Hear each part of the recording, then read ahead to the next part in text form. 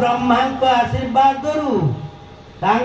लेखनी मुनरू झरी पड़ा औपनिषदीय चिंताधार मनोज्ञ मधु भंडार जो मधु भंडार कणिकाए पाइले जीवर जीवन सार्थक हम जहाको पाइले दुर्मनायमान मनुष्य चिंतानलू मुक्त हम जहाको भूलिले जीव निर्विकार काल तरंग रे घूरी बुलिब अनंत जुग पर्यंत आसंतु सही अमृत बा सही औपनिषदीय चिंताधार मनोज्ञ मधु भंडार कणिकाए आज संध्यारे कणिकाए आस्वादन करिबा।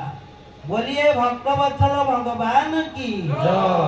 देव लीलाभूमि अयोध्या सिंहासन रे प्रभु राम आसंता काली सिंहासन आरूढ़ हेबे अर्थात देवलीला भूमि अयोध्या रे राम राज्य प्रतिष्ठा हब। आबाल वृद्ध वनिता समस्त मनरे अनंत आनंदर तरंग केतेबेले सेई मधुर मुहूर्त आसीब। रास्तार गली कंदी सबु परिक्रमा करी पिला ठारू बुढ़ा पर्यंत समस्ते आनंदरे उद्वेलित होउछंती।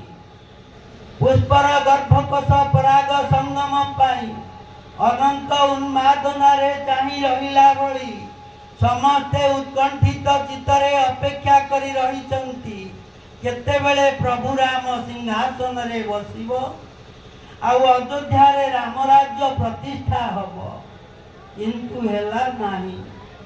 ये लोक मानकर ये अयोध्यावासींकर ये अयोध्यार जीव मानकर कामना परिपूर्ण हेई पारिला नाही चरितार्थ हेई पारिला नाही।